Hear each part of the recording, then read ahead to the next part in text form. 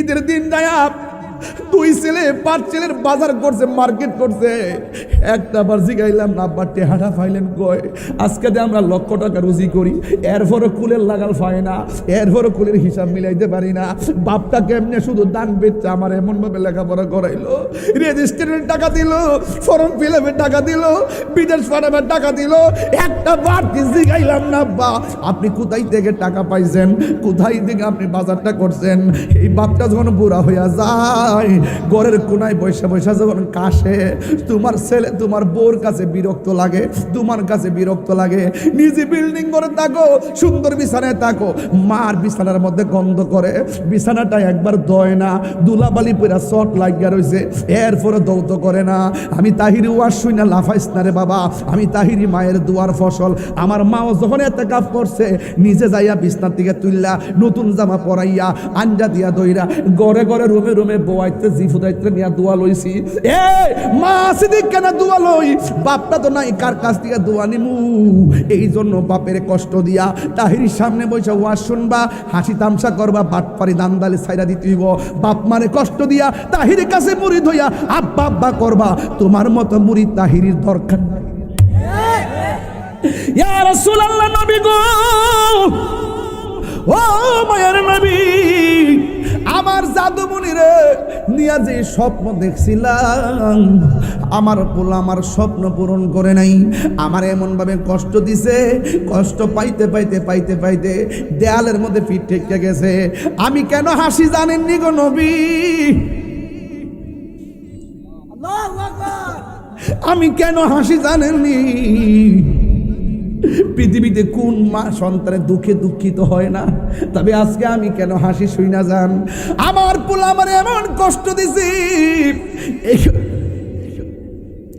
এই কষ্টের কারণে একদিন আমি আর সহ্য করতে না পারি, আমার আল্লাহরে কইছি, আল্লাহ আমার পোলা আমার কষ্ট দিছে, তুমিও তারে কবরে কষ্ট দিও।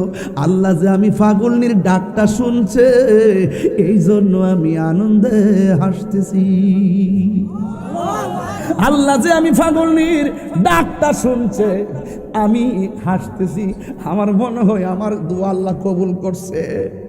আমার নবী তো উম্মতের কান্ডারি, সন্তানের প্রতি মায়ের দরদ আর উম্মতের প্রতি নবীর দরদ আকাশ পাতাল পার্থক্য। আমার নবী ডাক দিয়ে মাগো, সবাই আছে জান্নাতের গালিচায়, আপনার সন্তান আছে জাহান্নামের বিছনায়।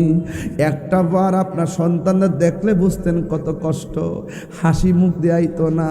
কয় নবী আমারে কয়েন না, আমার সন্তান কষ্ট দিছে, আল্লাহ যে আমার ডাকটা শুনছে, আমি বড় খুশি আজকে, আমার মতো খুশি আর কেউ নাই। আমাদের ওসি মহোদয়কে নিয়ে যদি গুরুস্থানে যায়, দেখবেন গুরুস্থানে যাওয়ার পরে কোনো সারা শব্দ নাই, শত শত মানুষ কবরের মধ্যে পড়ে আছে। আমার বাবা পড়ে আছে, আমার মা পড়ে আছে, আমার দাদা পড়ে আছে, আমার দাদি পড়ে আছে, আমার আব্বা পড়ে আছে, আমার নানা পড়ে আছে, আমার নানি পড়ে আছে। আমি যদি ওসি মহোদয়কে সাথে নিয়ে আর আপনাদের সবাইকে নিয়ে যদি শিব পাশের গুরুস্থানে যাই, দেখবেন কোনো সারা শব্দ নাই, এমনভাবে কবরের মধ্যে মানুষগুলা পড়ে আছে। আমি সেদিন পেলাম কবরে দেওয়ার পরে 3 দিন পরে নাকটা পচে যায়, 6 দিন পরে হাতের নখগুলা উঠে যায়, 9 দিন পরে মাথার চুলগুলো খসে পড়ে যায়, একের পর এক অল বডি থেকে গোশতগুলা ধীরে ধীরে খুলে পড়ে যায়।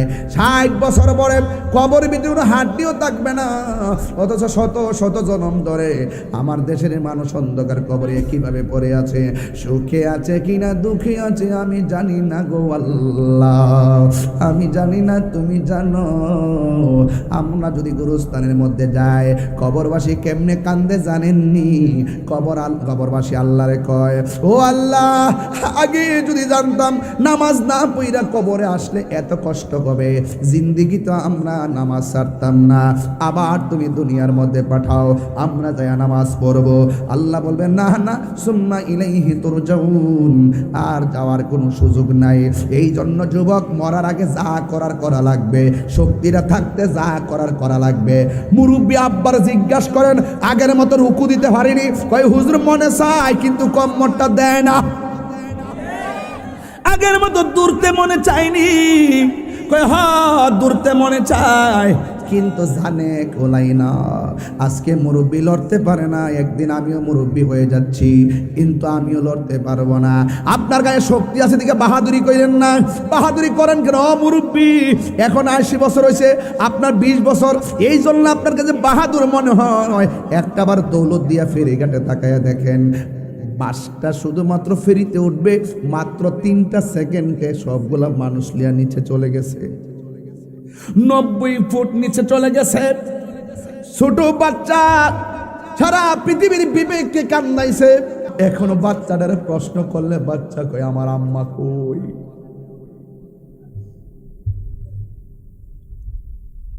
আমার আম্মা কই। পৃথিবীর মধ্যে মা মা ওই, পৃথিবীর মধ্যে মার তুলনা কেবল মা ওই। সন্তান উপরে উঠে গেছে, মা দুনিয়া থেকে বিদায় হইয়া গেছে।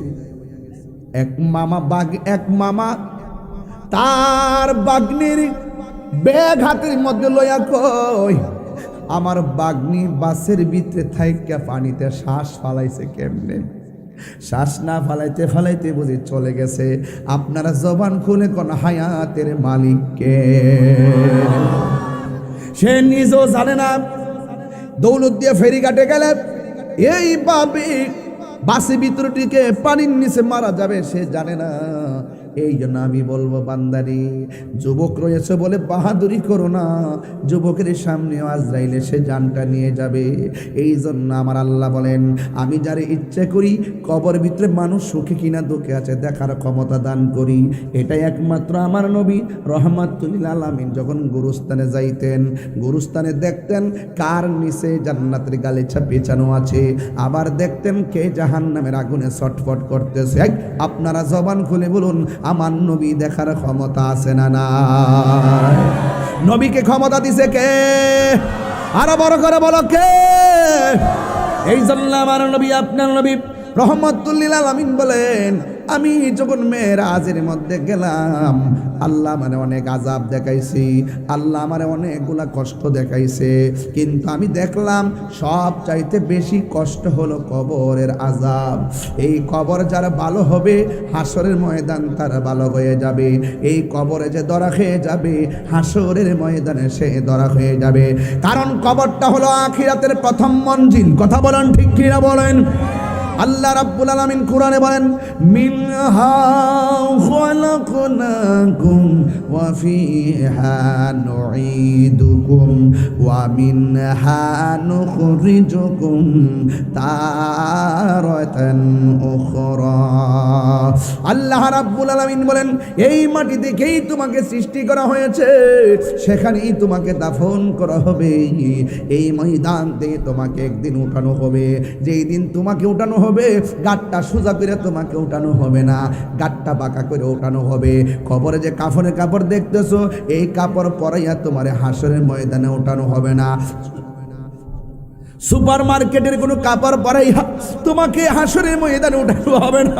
আল্লাহর হাবিব বলেন, সেই দিন মানুষ কবর থেকে উলঙ্গ অবস্থায় উঠবে, তা গায়ের মধ্যে কোনো কাপড় থাকবে না। ওই দিন উঠবেন বাহাদুরের মধ্যে কেউ উঠতে পারবেন না।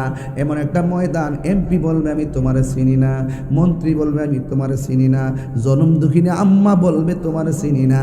যার জারিয়া নফসির সময় সামনে অপেক্ষা করতেছে। আরে হাসরের মাঠ তো পরের কথা, এই শিব পাশা জমিনে যার ঘরে আজরাইল আসবে সে বুঝে ওই সময়টা কত কঠিন। কথা বলেন ঠিক কিনা? 7 সমুদ্র 13 নদীর পানি মুখের মধ্যে ঢেলে দিল, পানি তৃষ্ণা মিটবে না রে। সেই দিন মা পাশে বসে থাকবে, আজরাইল দেখবে না। দাদা বসে থাকবে, আজরাইল দেখবে না। ভাই বসে থাকবে, আজরাইল দেখবে না। বন্ধু বসে থাকবে, আজরাইল দেখবে না। আপনজন বসে থাকবে, আজরাইল দেখবে না। শুধুমাত্র একটাই কথা, এত বিশাল বড় আজরাইল, যার মাথার মধ্যে 7 সমুদ্র 13 নদীর পানি ঢেলে দিলে 1 ফোঁটা পানিও পায়ের তলায় পড়বে না। এত বড় আজরাইল বুঝি আমার ঘরে আইসা আমার দাদারে লইয়া গেছে রে। এত বড় আজরাইল আইসা বুঝি আমার দাদিরে লইয়া গেছে। এমন একদিন হবে রে, আমার সামনে বুঝি আজরাইল আইসা দাঁড়াইব। কি উপায় হবে, কি উপায় হবে ওই সময়? এত বিশাল বড় আজরাইল ঘরের ভিতরে ঢুইকা রুহুটারে সার্জারি কইরা নিয়ে যাইব খাঁচার ভেতর। ও চিন পাখি কেমনে আসে যায় খাঁচার ভেতর। ও চিন পাখি কেমনে আসে যায়, তার ধরতে পারলে মন বেড়ি, তারে ধরতে পারলে মন বেড়ি দিতা পাখির পায় কেমনে আসে যায়। যুবক ভাইরা, পর্দার আড়ালে অবস্থানরতা আমার সরলা অবলা মা ও বোনেরা, শিবপাশা প্রশাসনবৃন্দ, আজমিরিগঞ্জের প্রশাসনবৃন্দ, হবিগঞ্জের প্রশাসনবৃন্দ, ইলেকট্রিক মিডিয়া, প্রিন্ট মিডিয়া, যারা এই বৈরী আবহাওয়ার ভিতরেও আশা ছেড়ে দিয়েছিলেন মাহফিল হবে কি হবে না। দিনের বেলায় যে মুষলধারে বৃষ্টি, এই বৃষ্টি যদি এখন হতো আমরা মাহফিল করতে পারতাম না। আমরা দিনের বেলার বৃষ্টি দেখে অনেকে হতাশ হয়ে গিয়েছিলাম। আল্লাহ বলছেন লা তাকনাতু মির রাহমাতিল্লাহ, তোমরা নিরাশ হইও না, আমার রহমত অফুরন্ত, শুধু ধৈর্য ধারণ করে থাকো, ধৈর্যের ফল মিষ্টি হয়। আজকে ধৈর্যের ফল উপভোগ করার কারণেই এখন আমরা মাহফিলটি সুন্দর করে প্রাণবন্ত উচ্ছ্বাসিত পরিবেশে করার মতন সুযোগ পেয়েছি। শুকরিয়াতান পড়ুন আলহামদুলিল্লাহ। লাখ কোটি দরুদ ও সালাম ওই নবীজি নূরানি কদম মোবারকে, যিনি হায়াতুন নবী, নূর নবী, গায়েবের খবর দেনওয়ালা হুজুর নূর সাল্লাল্লাহু আলাইহি ওয়াসাল্লামের উম্মত হিসাবে আল্লাহ পাক আমাদের সকলকে কবুল করেছেন। এই জন্যে শুকরিয়াতান আবারও পড়ি আলহামদুলিল্লাহ। আজকে কি বাবা মাইকের তারের লাইন কে দেখো কোন জায়গাটা দেখাচ্ছে। আচ্ছা, মাইকের তারের কিছু ডিসকানেক্ট হয়েছে না, লাইন কিছু কাটছে। আচ্ছা, অসুবিধা নাই, যদি লাইন কেটে থাকে একটু দেখেন কোন কোন দিকে কাটছে, তারপরে লাগাই দেন। আর যদি কারেন্টটা লাইন দিয়ে রাখেন যাতে কাটার সময় লাগিয়ে মরে দেয়।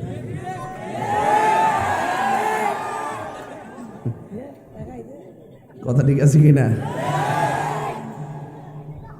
কারণ ওয়াজ মাহফিলের মাইকের তার কাইটটা দেওয়া মানিল সে সবচাইতে নিকৃষ্ট মানবের পরিচয় দেয়।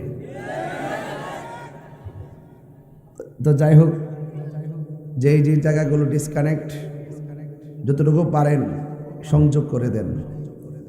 আল্লাহ যেন আমাদের সকলকে বোঝার তৌফিক দান করবেন, আমিন। আমি এখান থেকে রওনা দিয়ে চট্টগ্রাম যাব। সকাল 11টায় আমার মিটিং আছে। রাতের বেলা আবার সিফাতুল কামিল মাদ্রাসা মাঠের ঐতিহাসিক বাৎসরিক মাহফিল, সেখানে অংশগ্রহণ করব ইনশাল্লাহ। তো এই জন্য আপনাদেরকে বেশি লম্বা চড়া নয়, 12টার মধ্যেই ওয়াজ গোছাবো। তবে একটু বলতে চাই, ইজ্জতের মালিক কে? মাহফিলে এনেছেন কে? এই মাহফিল থেকে নিয়ে যাবেন কে? যারা মুর্দা, যারা জিন্দা, তারা কি এক? তারা কি এক? ওয়ামা ইয়াস্তাবিল আহইয়াউ ওয়ালাল আমওয়াত। যারা মুর্দা, যারা জিন্দা, তারা কখনো এক হতে পারে না। জিন্দা মানুষ যারা আছেন, কথা বলতেছেন, বাজারে যাইতেছেন, চাহিদা মিটাচ্ছেন, দেশ এবং প্রবাসে কথা বলতেছেন। আর শিবপাশাতে কবরস্থানে যারা শুয়ে আছে, তারা কি চাইলেই আমাদের সঙ্গে যোগাযোগ করতে পারতেছে? আমরা তাদের কাছে যাইতেছি, তারা কি আমাদের ঘরে আসতেছে? এজন্য আল্লাহ বলছেন যারা মুর্দা যারা জিন্দা তারা এক হতে পারে না। জিন্দা মানুষের ঘরে আগুন লাগলে 10 জন আগুন নিভাইতে আসে, আর মুর্দা মানুষের কবরে আগুন লাগলে দুনিয়ার কেউ নিভাইবার সুযোগ নেই। এই জন্য আল্লাহ বলছেন ওয়ামা ইয়াস্তাবিল আহইয়াউ ওয়ালাল আমওয়াত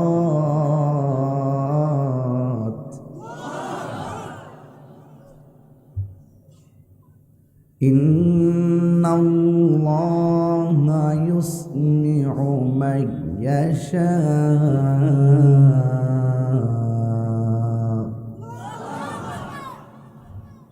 আল্লাহ রাব্বুল আলামিন বলেন যারা মুর্দা যারা জিন্দা তারা এক হতে পারে না। দুনিয়ার মানুষ কবরে চলে গেলে আর আপনজনদের কাছে কিছুই চাইতে পারে না। আমার যুবক ভাইরা, দুনিয়া থেকে চলে যাওয়ার পর সব আমলের দরজা বন্ধ হয়ে যায়, সব আমলের দরজা বন্ধ। যদি আপনি সদকায়ে জারিয়া করে যান, মানুষের কল্যাণে স্কুল মাদ্রাসা রাস্তাঘাট মানুষের কল্যাণে করে যান, আল্লাহ রাব্বুল আলামিন এই সওয়াবটুকু কবরে ফ্লেক্সি করে পাঠাবেন। যদি আপনি এমন এলেম মানুষকে শিখায়া যান, যেমন আল্লামা সাহেব কারণ সিরাজনগরী হুজুর মুত্তাসিলুল আলী তিনি দারুল কেরাত খুলেছেন। এই যে খেদমত করতেছেন, মানুষ কোরআন শিখতেছে, তিনি চলে যাওয়ার পরেও এই কোরআন দ্বারা ওনার মাধ্যমে শিখতেছেন। এই চর্চা যতদিন পর্যন্ত জিন্দা থাকবে এই সওয়াব কবরে যাইতে থাকবে। এটা শুধুমাত্র হুজুরের জন্য নয়, আপনিও যদি এমন ভাবে যদি কাউকে উপকৃত এলেম শিক্ষা দিয়া যান, বাজে শিক্ষা নয়, প্রকৃত এলেম, ওই শিক্ষা যদি আপনি দিয়ে যান, আপনার কবরে ভিতরেও সেই এলেমের সওয়াব টুকুন যাবে। আর যদি আপনি নেক সন্তান রেখে যান, আপনি মারা যাওয়ার পরে আপনার সম্পদ নিয়ে সন্তান বাড়াবাড়ি করবে না, রক্তাক্ত করবে না। আপনি মারা যাওয়ার পরে সন্তান সব সময় আল্লাহর কাছে বলবে, আল্লাহ আমার বাবারে তুমি যেই নিয়ামত দিয়েছ, এই নিয়ামত বাবার পক্ষ থেকে আমরা পেয়েছি। আজকে বাড়িওয়ালার বাড়ি আছে, বাড়িওয়ালা আর দুনিয়াতে নাই, অন্ধকার কবরে চলে গেছে। এই জন্য আমার যুবকের দল ওই নেক সন্তান যখন বাবা আমার কবরে পারে গিয়ে বলবে রব্বির রহমহুমা কামা রব্বায়ানি সগীরা, সবাই বলেন রব্বির রহমহুমা কামা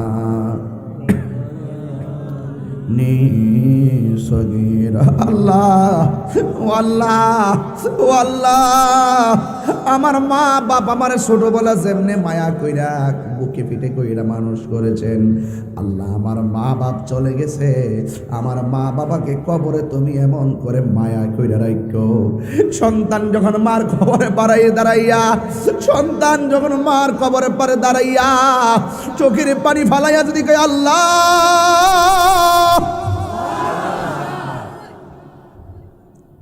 যদি চোখের পানি ফেলে ডাক দিয়ে আল্লাহ আমার মা বাপ আমার ছোটবেলায় যেমন করে আদর করে লালন পালন করেছেন, আমার মা বাবাকে মন করে তুমি মায়া কইরো।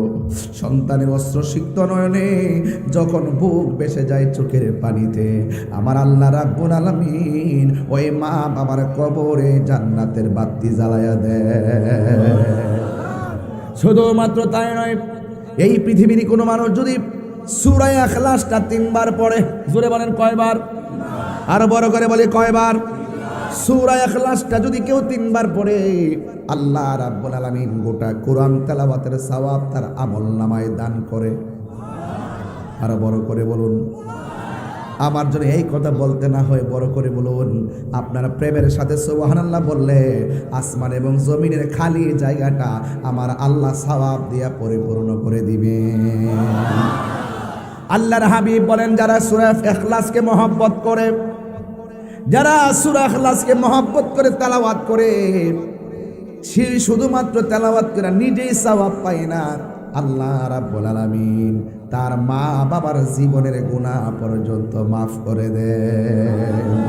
সবাই আমার সাথে বলুন, কুল হুয়াল্লাহু আহাদ আল্লাহুস সামাদ লাম ইয়ালিদ ওয়া লাম ইউলাদ ওয়া লাম ইয়াকুল লাহু কুফুয়ান আহাদ। সবাই আমার সাথে বলুন, কুল হুয়াল্লাহু আহাদ আল্লাহুস সামাদ লাম ইয়ালিদ ওয়া লাম ইউলাদ ওয়া লাম ইয়াকুল লাহু কুফুয়ান আহাদ। এখন আর আমি পড়ব না, আপনারা পড়েন, কুল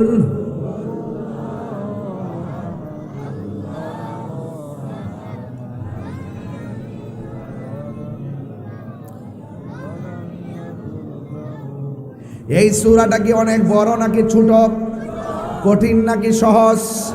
আল্লাহর হাবিব বলে সূরা ইখলাসটাকে যারা দিলে প্রাণে মহব্বত করবে, সে যেই দিন মারা যাবে, ইখলাসকে মহব্বত করনেওয়ালা যদি মারা যায়, তার জানাজার ময়দানে, শিব পাশার ময়দানে ভাই যাবে, বন্ধু যাবে, আপনজন যাবে, সব নিয়ে নামাজ পড়বে। কিন্তু আমার নবী বলেন, যারা সূরা ইখলাসকে মহব্বত করে বেশি বেশি তেলাওয়াত করবেন, এই সূরাটা কিন্তু মা ফাতেমা বেশি আমল করতেন। জোরে কোন ফাতেমা? মা ফাতেমা বেশি আমল করতেন। তিনি ফজরের নামাজের পর 10 বার পড়তেন, 11 বার পড়তেন। মাগরিবের নামাজের পরে 11 বার সূরা ইখলাসটা পড়তেন। আল্লাহর হাবিব ডাক দিয়া বলে, ফাতেমা, ও ফাতেমা গো, কোরআনে এত সূরা থাকার পরেও এই সূরা কেন তাখাসসুস তুমি মাগরিব আর ফজরের পরে তেলাওয়াত করো? মা ফাতেমা ডাক দিয়া কয়, ইয়া রাসূলুল্লাহ, ইয়া হাবিবাল্লাহ, নবী গো, এই সূরাটা আমি ফাতেমা বড় ভালোবাসি।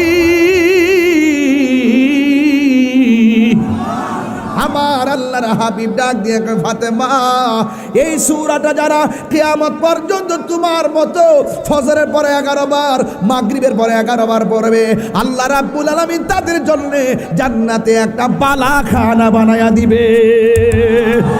আরে হাত তুলে আল্লাহু আকবার। নিয়ামত দেওয়ার মালিক কে? আর বড় করে বলো কে?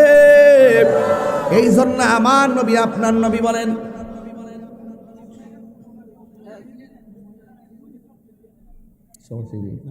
না ওরে এনতে যেতে কোন, এনতে যেতে কোন, এনতে যেতে কোন, মানে তো সত্যি কোন। আস্তে, সব অভিযোগ করে না। আচ্ছা, এখান থেকে দূরে যে কথা কথা করবো তো চলবে। আল্লাহু আকবার জোরে কর না কেন? আমি সময়ের খেয়াল করে কথা বলতেছি, সময়ের খেয়াল আছে না, যে পরে লাটকা বয়ে গেলাম একবারে আস্তে আস্তে মানে বাড়তে থাকে, এরকম না, সময়টা কাজে লাগাইতেছি, আপনারা বোঝার চেষ্টা করবেন। আচ্ছা বলেন তো, সূরা ফাতিহা, সূরা ইখলাস কি খুব কঠিন? আপনারা আমার সাথে পড়ছেন না? আমি বন্ধ করে পড়তে পড়ছেন না আপনারা? তাহলে বোঝা গেল শতকরা 70 না 90% পোলাপানো মুরব্বীরাও এই সূরাটা পারে না। কি বাজান পারে কিনা জানাইছেন? আমাদের ওসিমত ভাষা এটা কোন?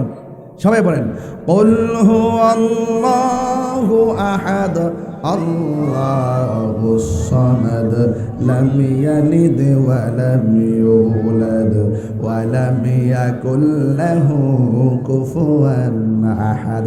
এই সূরাটা যারা মহব্বতে তেলাওয়াত করবে, একদিন তো আমিও মারা যাব, আর একদিন তো আপনিও মারা যাবেন। কেউ দিনে মারা যাবে, কেউ রাতে মারা যাবে, কেউ সকালে মারা যাবে, কেউ দুপুরে মারা যাবে, কেউ দেশে মারা যাবে, কেউ বিদেশে মারা যাবে। আপনারা জবান খুলে কোন খাঁচার পচিন পাখিটা বের করে নিয়ে যাবেন কে? শিবপুরের মাঠে জানাজা হবে। একটি সুখ সংবাদ, খুব ভারী কথা কিন্তু এটা, অনেক ভারী আওয়াজ কিন্তু এটা। একটি সুখ সংবাদ, যার বাপ চলে যায় সে জানে এটার ওজন কত, যার বন্ধু চলে যায় সে বুঝে এটার ওজন কত। একটি সুখ সংবাদ, এমকে মারা গেছে।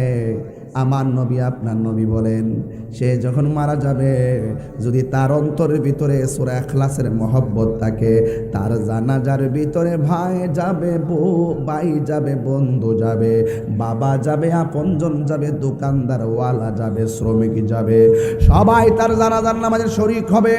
আমার নবী বলেন, সূরা ইখলাসকে মহব্বত করে যারা মারা যায়, তাদের জানাজার ভিতরে শুধুমাত্র আপনজনরাই আসবে না, ইখলাসকে মহব্বত করার কারণে, কুল হু আল্লাহকে মহব্বত করার কারণে আমার আল্লাহ তার জানাজার মধ্যে জিব্রাইল আর মিকাইলকে পাঠায়া দেয়।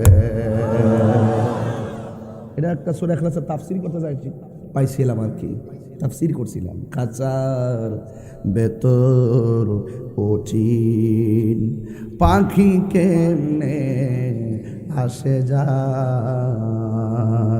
দেখছেন নিজ পাখিটারে, কথা কনা এক্সরে করলে দেখা যায় না পাখিটারে, বাল্ব দেখা যায়, কিডনি দেখা যায়, সব দেখা যায়, রগ শিরা উপশিরা সব দেখা যায়, কয়টা হাড্ডি সব দেখা যায়, মগজ দেখা যায়। খাঁচার ভেতর ওচিন পাখি কেমনে আসে যায়, তারে ধরতে পারলে মন বেড়ি, তারে ধরতে পারলেই মন বেড়ি দিতাম পাখির পায় কেমনে আসে যায়। খাঁচার ভেতর ওচিন পাখি কেমনে আসে যায়। মন তুই রইলি খাঁচার আসে, খাঁচা যে তোর কাঁচা বাসে। মন তুই রইলি খাঁচার আসে, খাঁচা যে তোর কাঁচা বাসে। কোন দিন কাঁচা পড়বে খসে, কোন দিন খাঁচা পড়বে খসে, পাগল কেঁদে কময় কেমনে আসে যায়। খাঁচার ভেতর ওচিন পাখি কেমনে আসে যায়, তারে ধরতে পারলে মন বেড়ি, তারে ধরতে পারলে মন বেড়ি দিতাম কেমনে আসে যায়। তারে ধরতে পারলে মন বেড়ি, তারে ধরতে হে মন বেড়ি দিতাম পাখির পায় কেমনে আসে যায়। জোরে জোরে কে আল্লাহু আকবার বলা যাবে না? পাখিটা বের হওয়ার আগে সময়ের মূল্য দরকার আছে না নাই? এই অচিন পাখিটা যাওয়ার আগে নিজেকে চিনার দরকার আছে না নাই? আমার হাত লড়তেছে কয় ভিতরে পাখি আছে, আমার চোখ তাকাইতেছে কয় ভিতরে পাখি আছে, আমার ঠোঁট লড়তেছে কয় ভিতরে পাখি আছে, আমার পা চলতেছে কয় ভিতরে পাখি আছে, আমার ব্রেন খেলাইতেছে কয় ভিতরে পাখি আছে, আমার পদ পদবি আসতেছে কয় ভিতরে পাখি আছে। ও যুবকের দল, এই পাখি যখন বের হয়ে যাবে কেউ তোমার তাহির হিসাব বলবে না, সবাই বলবে মরহুমের লাশ এসেছে। হাত ধরে বলো ঠিক কিনা বলো? ইয়া রাসূলুল্লাহ জিন্দাবাদ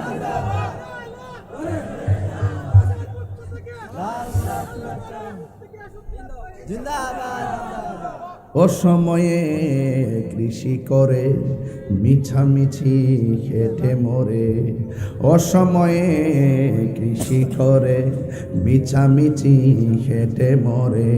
গাছ যদি হয় বীজের জোরে, তাতে ফল ধরে না, তাতে ফল ধরে না,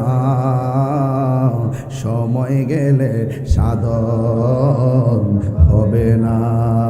হরে মন, সময় গেলে সাধন হবে না। জাননি মন, খালে বিলে থাকে না মিন, জল শুকালে। এই কথা কোন ঠিক কিনা? মিন মানে হলো মাছ, মিন মানে কি? মাছ। জাননি মন, খালে বিলে